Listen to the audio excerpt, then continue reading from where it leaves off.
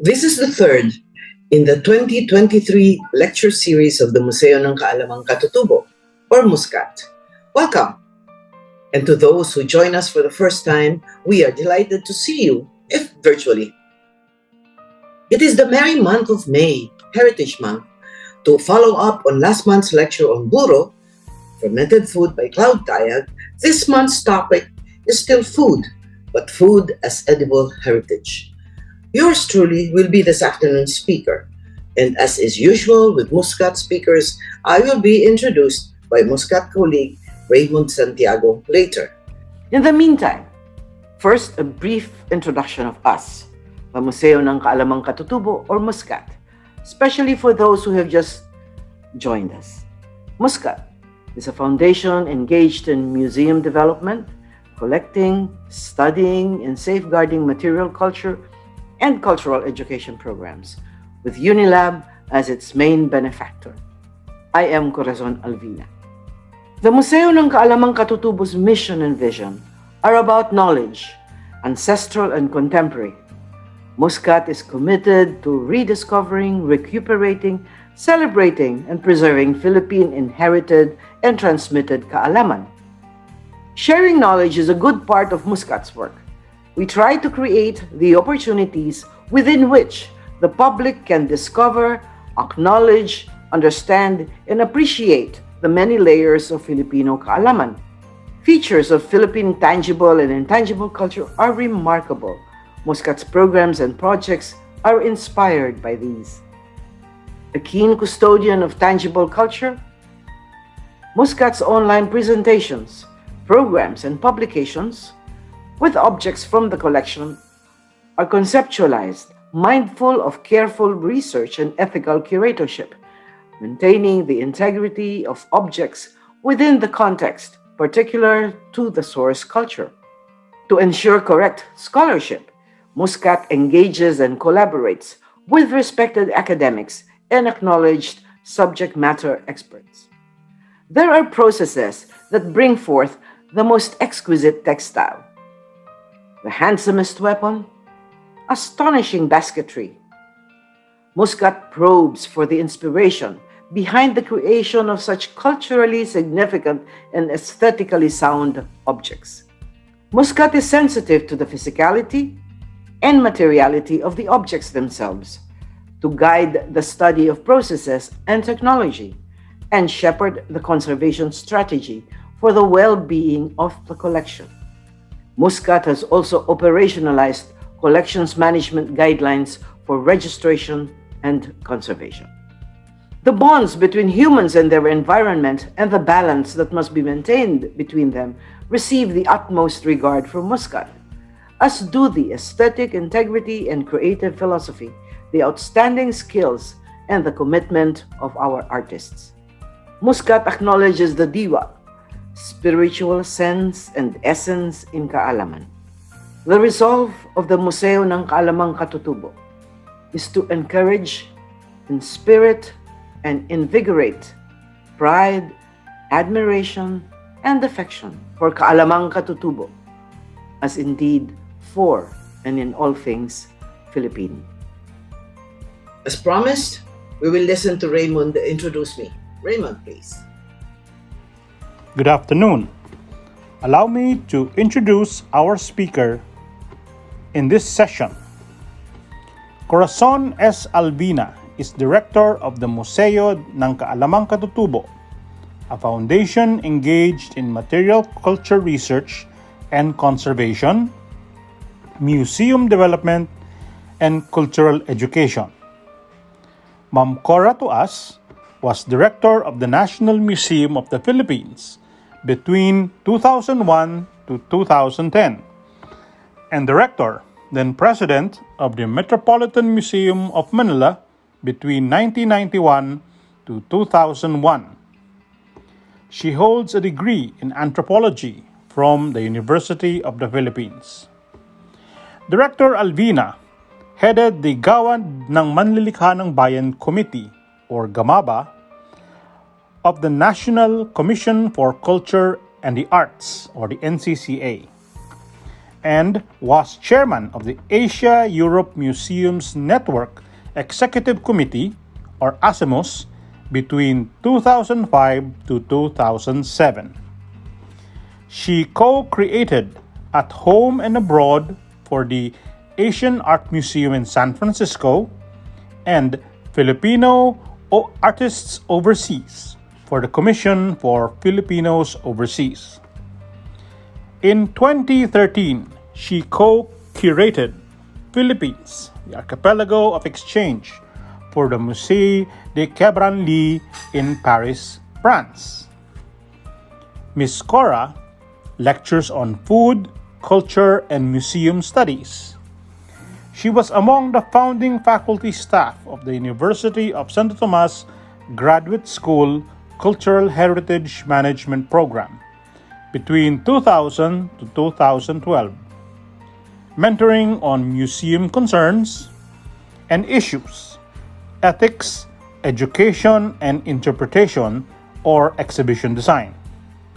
She is a published writer and photographer and has co-authored A Delicate Balance, Batanes Food, Ecology, and Community in 2016, edited and written for A Warrior's Armament and Ornament in 2022, both MusKKat publications, and has contributed regularly to the art book series of Genarius Holdings Incorporated.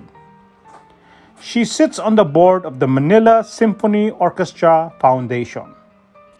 MusKKat is proud to have this afternoon another expert in her chosen field, Director Corazón Alvina, to talk about food, our edible food heritage. And now, without further ado, I would like to turn over the virtual floor to Ms. Cora. Thank you. As this is Heritage Month, MusKKat thought to pick out and feature a part of our cultural heritage dear to one and all, one that is vital for survival, yet a real daily struggle for many of our people, and a major concern for our government: food. It is also a follow-up to last month's talk given by Cloud Tayag on the Buro for April's Buwan ng Kaluto. It is often said, food is an essential part of life, a source of pleasure and delight, an indicator of good times and bad. Food, as much as religion and family, holds societies together. Business deals are closed over a simple or sumptuous breakfast. Courtships are begun with coffee at Jollibee or at a fancier shop, budget permitting. Life's passages are marked with small or big feasts. The oldest images of food are taxonomic, then as narrative of social conditions and human labor, and as ritual principle. Food production and food security at household and national levels are now among substances in food studies, environmental investigations, agriculture, and trade, to name just a few research areas. Having said such a mouthful, here now a simple statement. Food is heritage, part of national and or regional identity, recognized as such. Food goes beyond that, however, as it implicates as well certain systems, a community's culinary predilections, its beliefs, system and practices, the people's technology and skills, the country's economic system, and in the case of the Philippines, its various ecosystems. In 2010, UNESCO recognized food as an intangible cultural heritage, citing the Mediterranean diet, the Mexican cuisine, the French gastronomic meal, and the Croatian gingerbread. Other food or food systems that have made it to the list of UNESCO are the art of making Neapolitan pizza, the centuries-old Korean kimchi, Malawi's ensima, which is a corn flour porridge, and as well how the culinary tradition is called, Arabic coffee, to name some. I would like to talk about resources and moments that added flavor to our food heritage, the introduction of plant food, interaction with other cultures, and changes that those two brought about. When the Spaniards arrived in the Philippines in the 16th century, they came upon communities with a variety of lifeways, vibrant local and international trade, arts and handicrafts in a rich and diverse biota. The introduction of plants from tropical Americas was intentional, deliberate, and practical. I quote from my friend Rene Haveliana, Jesuit, from his book Weaving Culture. The colonizers were not sure they would find food that was familiar and agreeable in the lands they were settling. The translocation of plants by Spain was filtered through Mexico. It has been proposed that some friars assigned to the Philippines during the early years of the evangelization brought over many of the new flora. Before boarding the galleons in Mexico, they had a substantial stopover before the long haul to their archipelagic mission. They gathered and brought with them to their mission post a number of plants for a vegetal supply to provide familiar and agreeable food when they settled on the farthest eastern reach of the Spanish Empire. It might bear to note on the side, during the colonization period, two large animals were also brought over, the horse, caballo, and the cow, vaca. A number of the early botanical introductions consisted of food plants, cereals and beans such as corn and lima and yam beans, fruiting trees such as avocado, camachile, chico, cacao, papaya, zapote, vegetables such as the tomato, chayote, underground growers such as camote and jicama or sincamas, some peppers, the chocolate, the pineapple, and the peanut. There were also ornamentals and accidental weeds. Coming from analogous conditions, most of the plants from tropical Americas easily adapted to the local climate and soil, became naturalized, and many of the introduced plants thrived in the upper archipelagic setting. In turn, the people of the archipelago learned to cultivate, use, and eat them, a number of them in ways different from the tropical American manner. Sidebar, in fact, many of us think that most of these plants and plants and vegetables that we have now are native to us. You know, when asked what are our fruits, we enumerate these that were actually translocated from the Americas. Contact with foreigners who were here for colonizing endeavors, for trade, for exotic excursions and exploration, flavored the native with other culinary practices and other gustatory tendencies. The islanders' food might have had plain beginnings, comprising essentially a simple tropical cuisine. The introduction occasioned interaction and change. When the tropical migrant seeds and seedlings arrived and finally took root and flourished, the landscape gradually changed, and the newly fruited edible flora encountered the population with another sense of taste and some other sensibility for things. Let us look at the pineapple or piña. This cultivated herb is found widely, and it's oblong-shaped, juicy, and variably sour or sweet fruit consumed in many parts in the archipelago. Apart from adding to the fruit inventory, the leaves of what is called the wild variety have been and are still harvested for fibers, which are then woven into the precious piña textile. Brought in by the colonizers, it was co-opted by the natives and made into something distinctly their own. Curator and author Marian Pastor Roses had this to say about that breathtaking fiber or fabric. Piña is woven only in the Philippines, and the exquisite diaphanous fiber has become iconic through the years, representing perhaps the aspirations and the pride of 19th century privileged folk. That consideration of this delicately beautiful fiber endures.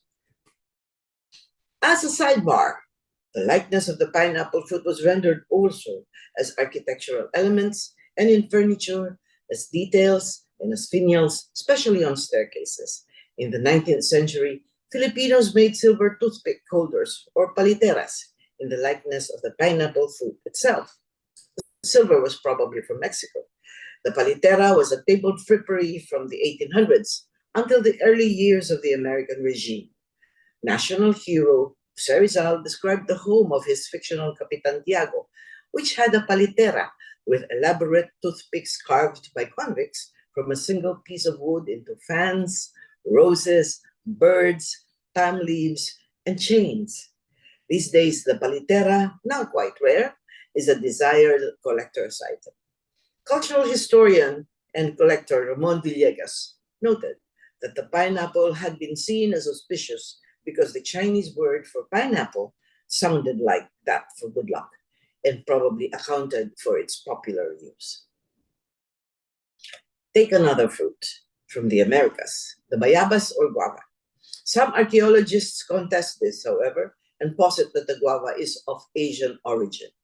The guava, apart from being fodder for birds and intrepid children adept at climbing trees, the fruits are also cooked with coconut cream or milk, gata, with a bit of pork and bagoong shrimp paste. The simmered concoction turns into a delicate lavender color. The best way of partaking it is ladled onto hot and newly cooked rice. Guava jam has been a Philippine pandesal palaman for quite some time, and the small guavas, which we call native as opposed to the Bangkok type or the guapo, makes a sweet tidbit. An innovative chef had taken to peeling and seeding medium-sized guava fruits, cooking them in syrup, draining and cooling them, then stuffing them with crumbled queso puti or the local farmer's cheese made from Carabao milk for dessert. This is by way of remembering, my recounting this is by way of remembering the late Lourdes Nani Labrador, an eminent foodie, restaurateur, food innovator, nutritionist, and kitchen designer, and an advocate of Katutubò weaving and other material culture, who introduced us to this postre. In Philippine cookery too, the guava is used to sour sinigang, as is siniguelas, jojote, or jocotel in Nahuatl, which is another import from tropical Americas. Sinigang is the one-pot soup dish touted to be the alternate national dish to the adobo. A number of food researchers and specialists concur that sour is a top note in Philippine preference in food. Vinegar is concocted from the coconut, nipa palm, sugarcane, and lately from the cashew fruit. Sourness delivered in varying registers and smoothness. But back to sinigang. Fish, shrimps, or cuts of pork or beef are simmered in a broth of rice washing and flavored with fresh ripe tomatoes. The tomato, another migrant from the Americas, and of course, a generous amount of halved or quartered semi-ripe guavas. The usual vegetables for sinigang include sitaw or string beans, kangkong, siling haba, which are introduced peppers from the Americas, and the young tops or talbos of the sweet potato vine kamote, also a tropical American botanical transfer. A versatile botanical, the guava enjoys a reputation as medicinal, hence the inclusion of its image as a whole or of its parts could possibly be a form of investing certain textile with some potency, as guava flowers and leaves have been used as repeating motifs of textile woven in northern Luzon, notably by the Itneg of Abra and the Ilocano, and called binayabas, binaybayawas, or sinambayabas. And I would like to thank Dr. Norma Respicio, who lent us this image of her Itneg packet. Creative and attuned to nature, Filipino jewelers took inspiration from fruits and foliage from the Americas. There are earrings said to be representations of the kamachile, though some jewelry historians offer that these ear pendants you see mimic the tropical African-originated tamarind fruit too. The fruit, whose name kamachile is from Nahuatl Kwahmoktel, has also given its look and name, apart from 19th century ear ornaments, to Philippine cookies, the Tagalog kamachile eaten with pansit malabon or palabok, rice noodles with a savory sauce named after what was a fishing town at the shores of the Manila Bay. The kamachile is also the Ilonggo bake kinamonsil, the fruit shaped joined end to end to form a bracelet-like goodie. Native of tropical America, Central America, and Mexico, kamachile has become naturalized in the Philippines, growing in many waste places and along highways, the seeds scattered by birds. A number of older Filipinos had been startled that the avocado, from the Spanish aguacate or aguacate, an adaptation from the Aztec term, is prepared and consumed in Mexico as a cold soup, even as folks from the other side of the Pacific initially found the Filipino way with tropical American native odd too. That is with milk and sugar, or as ice cream. As we said earlier, a different sense of taste. The fruit introduced to these parts before the end of the 16th century has been confected by ice cream makers into a long-standing, top-selling flavor. That's school heritage and a profitable one. Sidebar.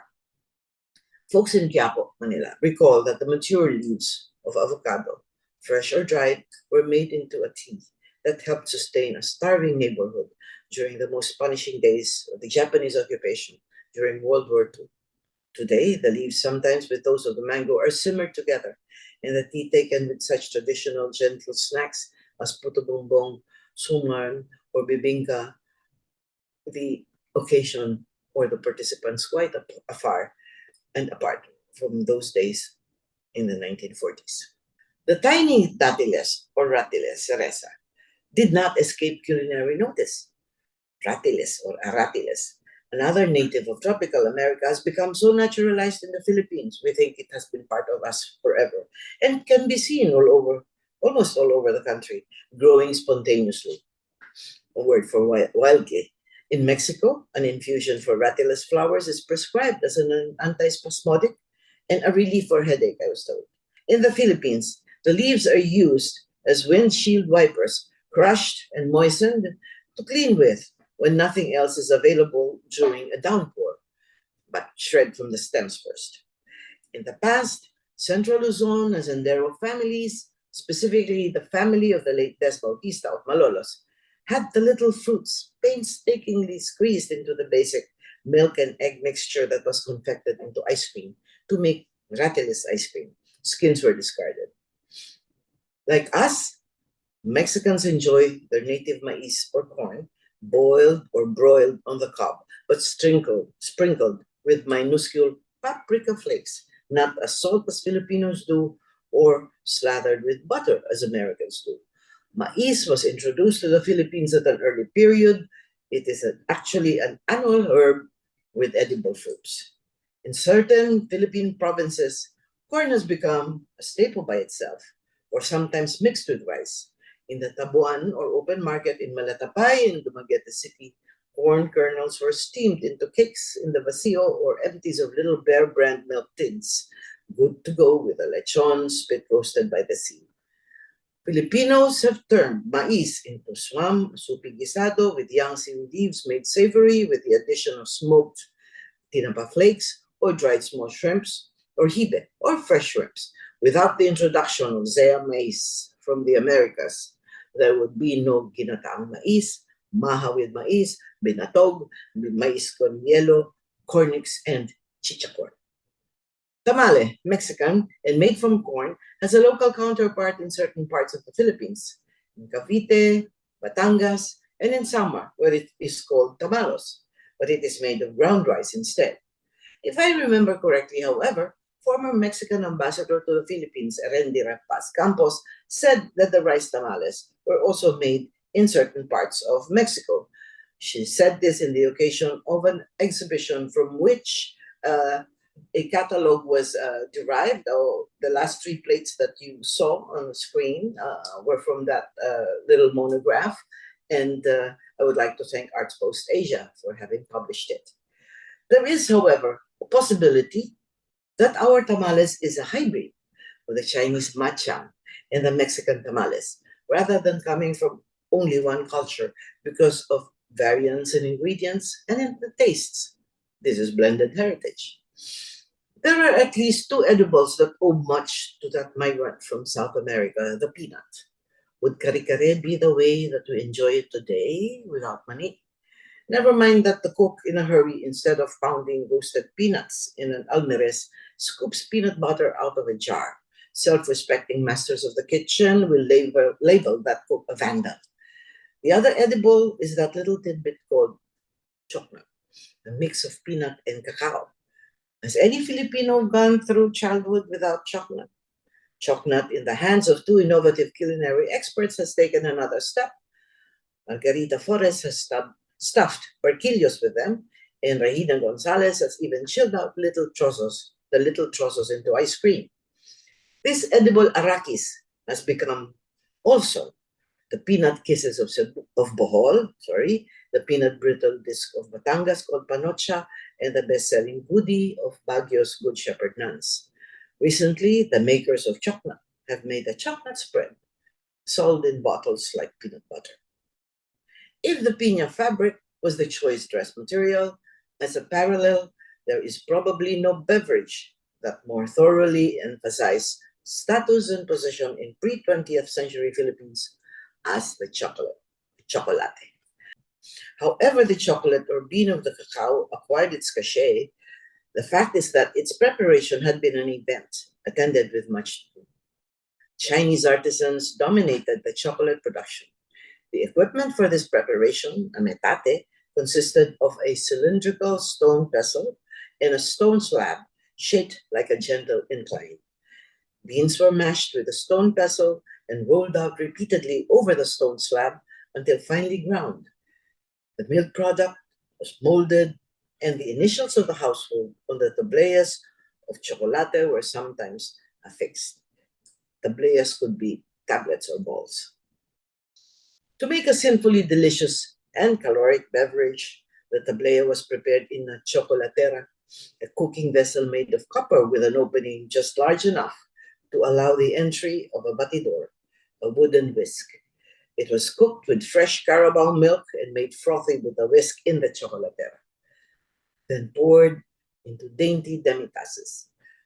National hero Jose Rizal, in his novel Noli Me Tangere, included a reference to chocolate or espresso or chocolate or aguado with plenty of water.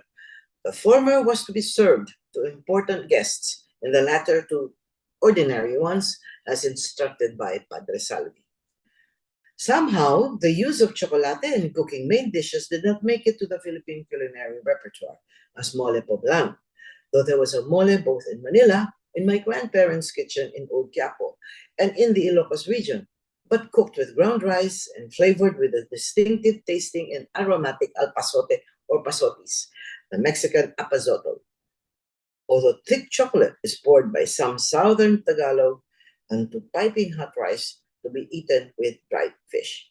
I've seen the Batangueña Marian Pastor Roses do just that. The Trans-Pacific Exchange also brought something that used to be part of the proper or complete postprandial table, tobacco, whose leaves were rolled for the after-dinner cigar. Tobacco was brought in during the last quarter of the 1500s. It took root easily. Soil and climate were conducive to the cultivation of Nicotiana tabacum, and the natives accepted tobacco in its use. Both Spaniard and Indio believed in tobacco's efficacy as an aid against minor ailments such as chills and fever. What an excuse. Fond of wordplay, Filipinos have whisked in the names of the transferred botanicals into the verbal vocabulary. Nangamote, or to become or harvest the kamote, means to do badly in a competition, a rivalry, or a school test. As a side note, consider kamote Q. Pumoya batatas, kamotli from the Americas, cooked, caramelized with sugar from Asia, eaten on the streets in the Philippines. Kamatis or tomato is descriptive of a swollen blister in the gums. Amoy chico, or smelling like an overripe chico fruit, refers to someone who has overindulged in alcoholic drinks. Sinilihan, it's a part of the anatomy, or someone whose behind has been dosed with chili peppers, tells of a person who rushes off in hot haste to avoid some task or project, or to escape from an uncomfortable situation. I was told that on the other side of the Pacific, manga was an expression for someone beautiful in Mexico. Another type of cultivation and blossoming occurred. Indeed, the new botanicals made their way into the arts and crafts as material and motif, as they were adopted and adapted by the creative local population, not only into the native stomach and tongue. And speaking of words, a number of Nahuatl words have become assimilated in Philippine languages and is also implicated in food heritage. Palenque, where we shop, where we get our goodies, is from Palenque, a city in Mexico, but a lowercase Palenque means a cluster of tables for a gathering, including a market. Still another word, tiangi. Everyone is familiar with the Green Hills tiangi, but the tiangi is a Mexican open-air market. Tiangi can be encountered all over our country, selling all manner of merchandise. Yet another word and the food item that it refers to, the empanada. Variants of empanada are an edible item shared in other colonies of Spain. In Vigas, Ilocos Sur, the Villa Fernandina of Juan de Salcedo, there is an empanada. Before the town became a city and a popular and reachable destination, a version of empanada, at times called panara, was sold in the plaza under large old trees. Those from an older generation of Filipinos used the pitaka for their coins, from petaka of nahuatl, meaning tobacco pouch, or a hip flask. Many call their parents tatay and nanay, from nahuatl tatli and nantli. Those who work with sugarcane refer to hardened blocks of sugar as sangkaka, from chankaka, Bolivian, Chilean, and Peruvian sauce made of raw unrefined sugar from sugarcane. And we call those with whom we share our names tokayo or tokaya, from tokayo tia. The addition of new flora transfigured the landscape. The stands of coconut, bamboo, and bananas now shared the vista with newcomers, such as the fiery red and yellow caballera, for instance, stunning during summer, that would soon be constituents of the natural environment, so that when landscape painting gained ground, the plant migrants shared the country sweep. Turn of the century Filipino bodegones, still lifes, and early 1900s tablescapes are arrangements of mostly fruits from the Americas, such as the atis, avocado, chico, guayabano, papaya, siniguelas, convivially sharing the frame with local fruits such as bananas, langka, santol, mombolo, macopa, and others. But what was there? What did the prehistoric or pre-colonial islanders sustain themselves with? Archaeologists surmised from assessment of data and materials excavated that prehistoric humans in various parts of the archipelago included in their diet freshwater shells, pigs, bats, and a now extinct species of deer. And based on the most recently official vetted archaeological examination, possibly rhinoceros. An archaeological team found almost complete skeletal remains of a rhinoceros in Kalinga in the Cordilleras, dating to some 600 to 700,000 years ago. Cut marks were seen on certain bones that would have been conjecturally caused to extract bone marrow for food. Archaeological projects on prehistoric midden sites and hearths on Batan, Itbayat, and Sabtang Islands in the Batanes yielded traces of terrestrial, marine, and freshwater mollusks, suggesting the gathering of and feeding on land and water resources there. In Cagayan were found remains of land snails, in Sanga-Sanga in Sulu of marine mollusks, in the Tabon Cave Complex in Palawan of small animals, bats, birds, and wild pig, and deer that lived in the caves, in the Balanghay sites in Butuan of fresh and brackish water specimens, in the archaeological excavation in Santa Ana, Manila of brackish water-type shells. These finds, by the way, have been dated.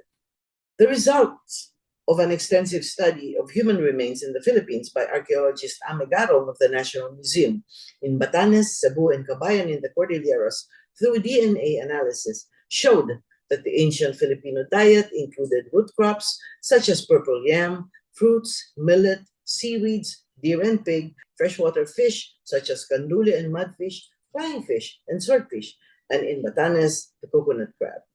Also in the Batanes, they have caught and consumed flying fish and arayu, or dolphin fish, for at least 1,000 years. During the historic time, it is probable that the first mention about food on the archipelago was that made by Antonio Pigafetta, Magellan's diligent chronicler, in 1521. By the way, he also noted that arayu was fished as they were going through Pacific on their way to the Philippines. Well, not really on the way to the Philippines. They didn't know what they were going to land in. Anyway, he recounted that the islanders in Cebu set a generous table, actually a mat, banig, of rice, pork and broth and gravy, broiled pieces of fish, and freshly gathered ginger, and a lot of tuba or arak.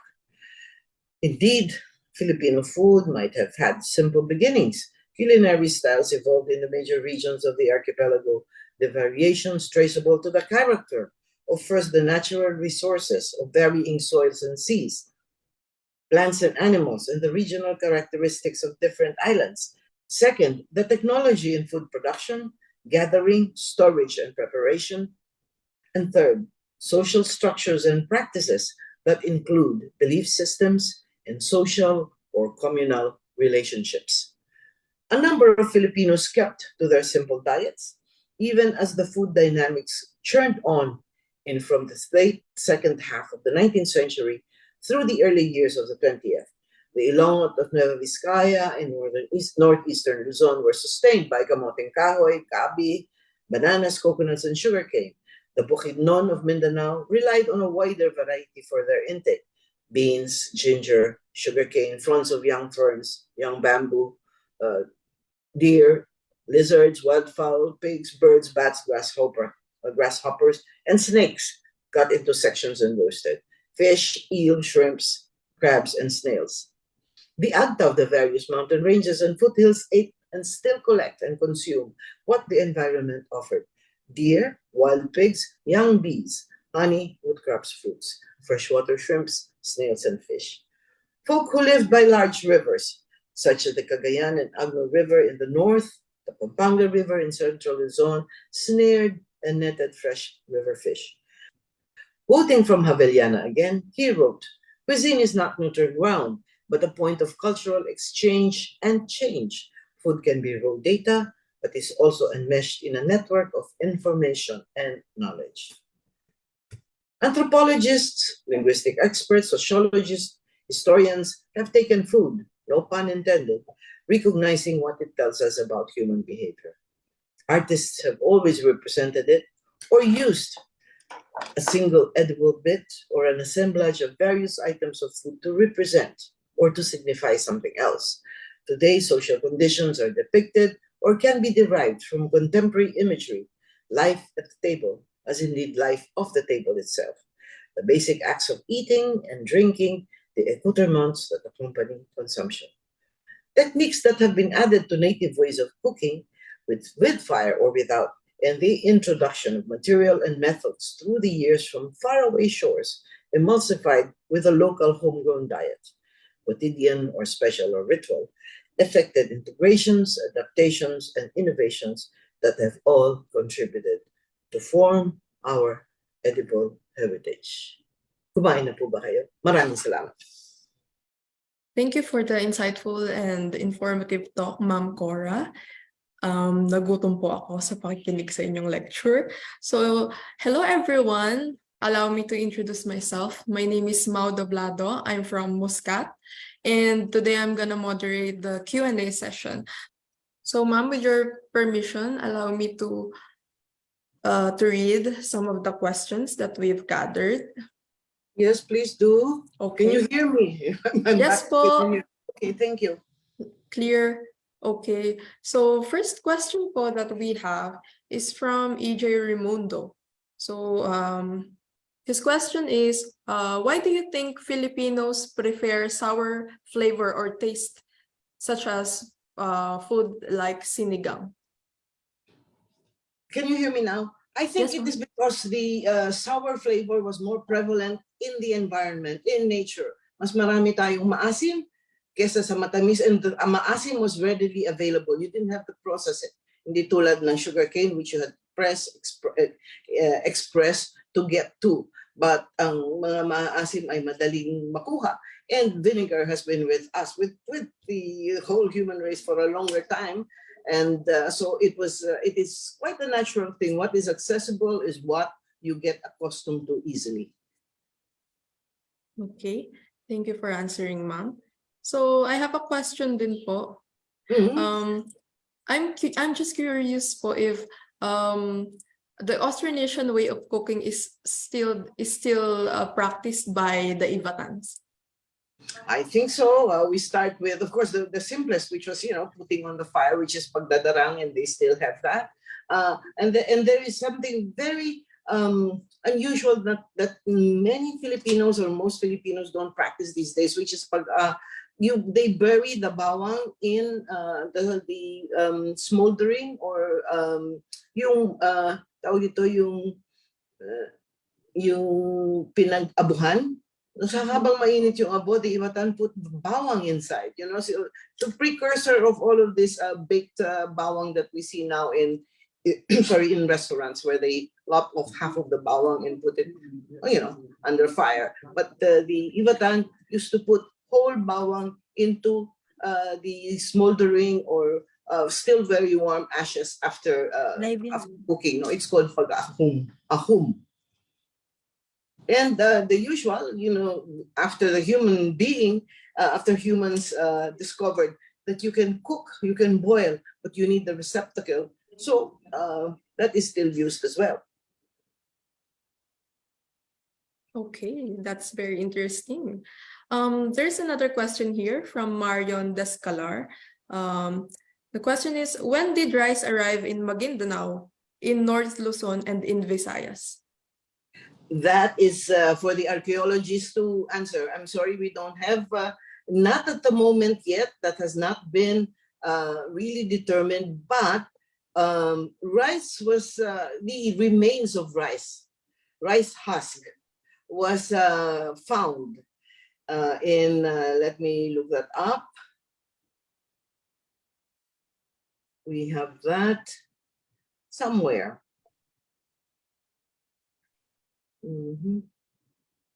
It was found, not the rice itself, it was found as a husk, the peel of the palay found as part of a scorched item. No, it is the hull that was found in soot in a soot in a pot.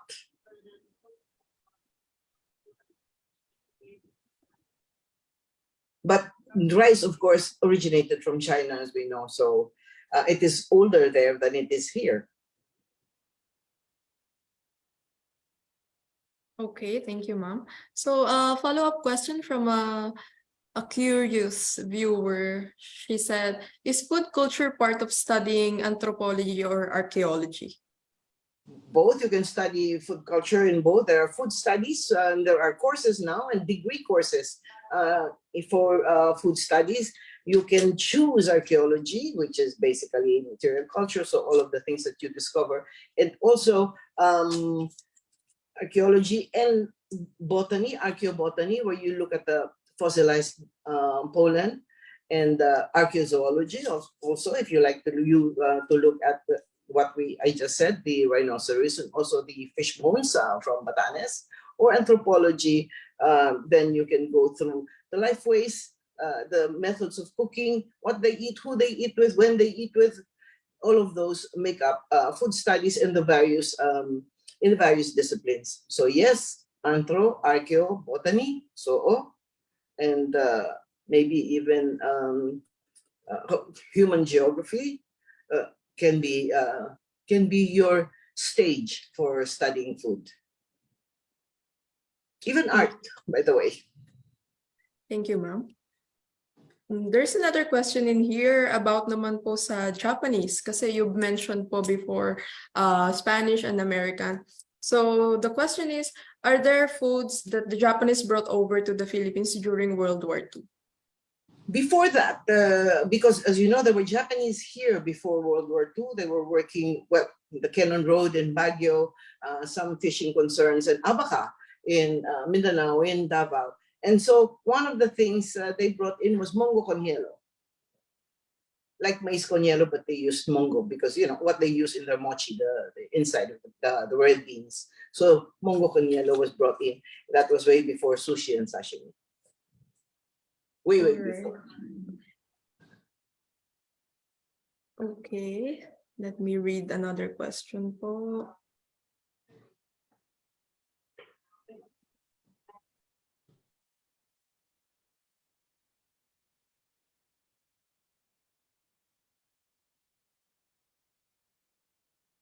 Yes, where is the question?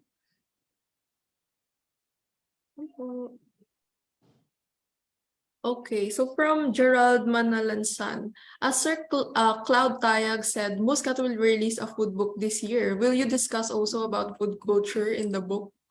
Yes, definitely. There is there is an entire range of the topics. There will be all of the entire thing is food studies. Okay. Any other question pa po from our audience? I would like to address the first question. Okay, ma'am, go. Okay, when did rice come from? I think from Marion Descallar. No, the archaeologists of the National Museum of the Philippines excavated the earliest evidence of rice in the Philippines in Cagayan Valley, and dated between 2025 BC or 1432 BC, and this was in the Manga site in Andarayan, Cagayan. So there has been no dating of the others. She wanted to know whether Maguindanao and another, what did she say? Maguindanao and Northern Luzon, no? So this is the specific one. The rice husk, I told you it wasn't rice itself. They were husks. Yung, anong tawag doon? Binlid, not binlid. But yung balat ng rice, no? Were found embedded in pottery that were associated with polished adze and spindle whorls. So apart from radiocarbon dating and the associated materials, that was how they dated the earliest evidence of rice in the Philippines, Cagayan Valley, nothing from Maguindanao. Okay, thank you for that, ma'am. Okay, so our next question is about how can Filipinos help in promoting our food as heritage? Promoting food as heritage where? Locally, or do you want an international exposure? I guess, ma'am, international. But in both, tanong. I think locally, you just continue consuming it. In the same way that, you know, we have a cultural heritage by singing our music, dancing our dances, and wearing our clothes. Then heritage would be, but you cannot keep it, you know, you cannot keep it static. You can have innovations. Some will, of course, always retain the old recipes, saying that there is no other thing than the original. But there will be innovations, of course. There is no stopping innovation. But all of that will become your heritage through the years and through practice. The moment you adopt it, you cook it, you prepare it, you eat it. That is how you retain or propagate your own heritage, even in other types of cultural heritage. And if you want international acceptance or recognition, I suppose you have to, you know, do publications, have food festivals abroad, which our Department of Tourism has done, and in partnership also with the government of Spain, for instance, the Madrid-Manila Fusion long ago, not quite long ago, about 5 or 10 years ago, before the pandemic, there was this meeting, and there's a Foodex, the exposition. And then if you are really driven, you can set up restaurants abroad. Thank you, ma'am. Okay, another question is, since we are on the topic of food research, is it food research, ma'am? Okay. Yes. Okay. Is it hard to write about food academically, since food is very personal and subjective? What is your opinion po? No, I don't think it is difficult to write it academically. As I said, you think back to what I already said about the established disciplines that treat food. Maybe they were treated as part of their subject matter, as part of botany, zoology, archaeology. But then now there is a not quite tangential, but there is now this focus on food as food, but served and informed by those other disciplines. Those other disciplines will give the discipline of those other areas, will give the discipline of academic to food studies. And it has been done. It can be done. But of course, it's nice to have your personal opinion also about food. As you said, it is a very personal thing. You cook, you eat, you prepare, you're proud of your family's recipes and table and kitchen. But you count calories, you count calories, you reckon hectarage of produce for agriculture, that is food studies as well. You count how many people are fed with your rice, and how does your nutrition balance against your food production, and your daily diet. What is your nutritional evaluation of your daily diet? So that becomes scientific, because all of these reckonings are scientific. Thank you, ma'am. Okay. Another curious question po dito is, paano daw po natin, ma'am, na-determine yung age ng food that you mentioned? For example, siguro yung age ng ancient food like mais and the other food that the colonizers brought here. Well, you can reckon yung time, no? Yung nag-umpisa silang magdala nung dumating sila. Nung dumating yung mga, let's say, the first friars, let's peg it at that. No? So, 1500s. So, nagdadala na sila. And that would be a good baseline. No?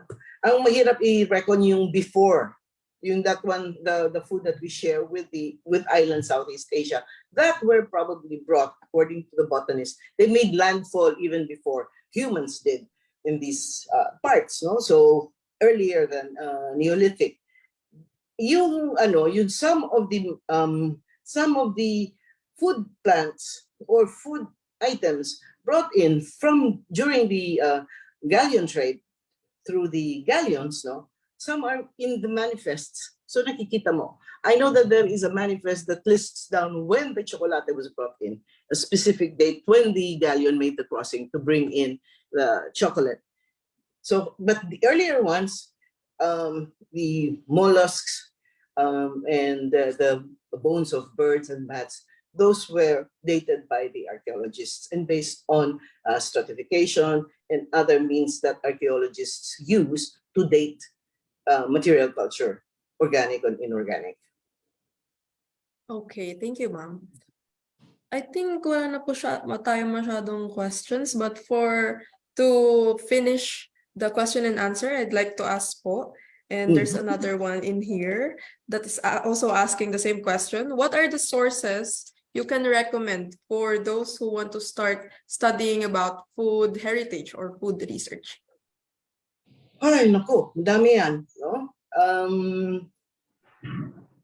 There is a slew of encyclopedia of food. There's an archaeology of food. You can please read our Batanes delicate balance, because the delicate balance, or our Batanes book, was culled or put together from the researches of Batanes food by scientists that I have noted, like zoologists, biologists, archaeologists, and current specialists. That's one. There is also, for brief, I started researching with I think Encyclopedia of Food by Alan Davis, and then reading, and then Salt by Mark Kurlansky. I like that very much. And why don't you read, I'm sorry, I mean, I'm not kidding. Why don't you read the entire Blair and Robertson series and look at the descriptions of food? Every time the people mention food, whether they encountered on the islands or whether they brought over, so you will see what they had. Depends on the area also and the time of research you want. Do you want prehistoric food? Do you want American period? You have to focus if you want an efficient and effective research strategy if you want to learn about food. Okay. I hope everyone took notes from Miss Cora. May pahabol po na isang question about crabs. About seafood. Okay, so this is from Aris Martizana. Hello po, since prehistoric Filipinos eat crabs, shellfish, does it include seaweeds or lato? Thank you. Yes, po. yes, of course. Those were among the earliest foods, as I said. The seaweeds were gathered from the shallows, and they were eaten as is, or sometimes they were dried also. I've seen them dried. Yes, because our waters, I suppose, especially then, We're very clean. Okay, thank you very much, Mom, for answering all our questions. I'd like to close the question and answer portion now. Our webinar will be posted. Our recorded webinar will be posted on our Facebook page. It's MusKKatPH. So everyone, thank you for joining us in today's session, and I hope to see you again on our next lecture. Will be very exciting. We will have pwede ko na po ba, ma'am, sabihin? For our lecture. Yes, our next speaker for the month of June will be Mr. Regalado Trota Jose. He will talk about the Mindanao artifacts in Spanish museums. Mindanao and Sulu artifacts in Spanish museums. So thank you again po to everyone for watching our lecture. Maraming salamat po. And thank you, Mal, for doing the question and answer. And we normally have some other person, some other colleague do this for us. And so this is your first time, and thank you very much.